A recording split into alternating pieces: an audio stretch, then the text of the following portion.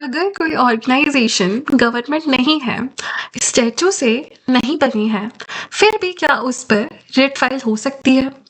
Article 12 में state की definition आखिर कहाँ तक जाती है?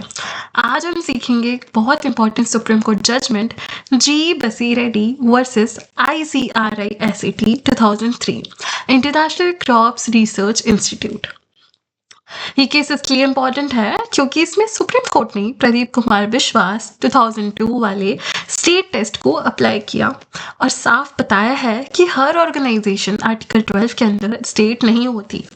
आइए इसके फैक्ट्स देखते हैं।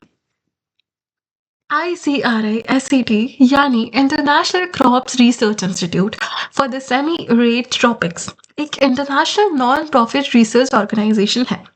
इसका मेन एम है रूरल पॉवर्टी और हंगर को कम करना, वो भी इन्वायरमेंटली सस्टेनेबल तरीके से। ये ऑर्गेनाइजेशन लगभग 50 कंट्रीज और कई इंटरनेशनल बॉडीज के साथ मिलकर काम करती है।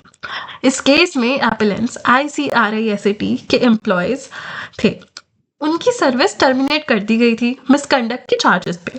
ICRISAT की ओन पर्सनली पॉलिसी के अकॉर्डिंग एम्प्लॉयज ने डायरेक्टली हाई कोर्ट में रिट पिटीशन फाइल कर दी आर्टिकल 226 के अंडर और कहा कि उनके आर्टिकल 14 और आर्टिकल 16 वायलेट हुए हैं। लेकिन हाई कोर्ट ने रिट डिसमिस कर दी और मामला सुप्रीम कोर्ट में पहुंचा। इश्यूज देखते हैं, एक सेकेंड। तो इशू ये आता है, क्या ICRISAT स्टेट है आर्टिकल 12 के अंडर? और जो रिट पिटीशन फाइल हुई थी आर्टिकल 226 के अंडर, क्या वो मेंटेनेबल है ICRISAT के अगेंस्ट? तो आइए देखते हैं आगे। तो आर्टिकल 12 क्या बोलता है? स्टेट को डिफाइन करता है कि कौन सी ऑर्गेनाइजेशन स्टेट है या कौन सी ऑर्गेनाइजेशन स्टेट नहीं है।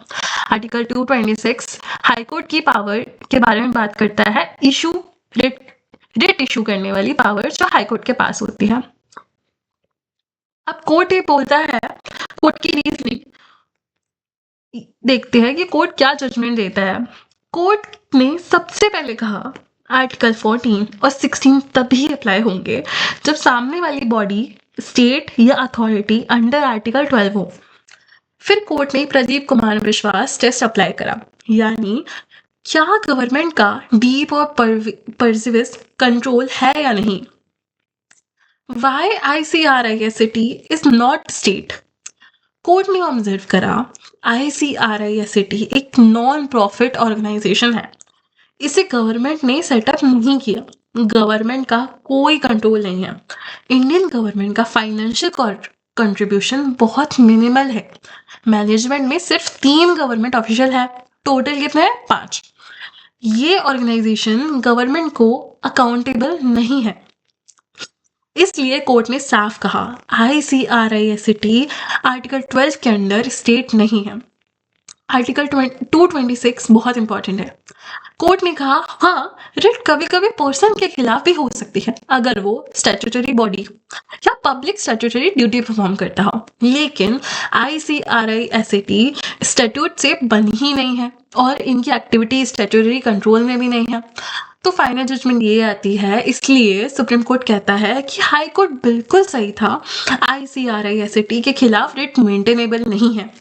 कंक्लूजन ये निकलता है कि ICRISAT स्टेट नहीं है। That's all. आई होप आपको ये केस एक्सप्लेनेशन अच्छा लगा हो। Thank you.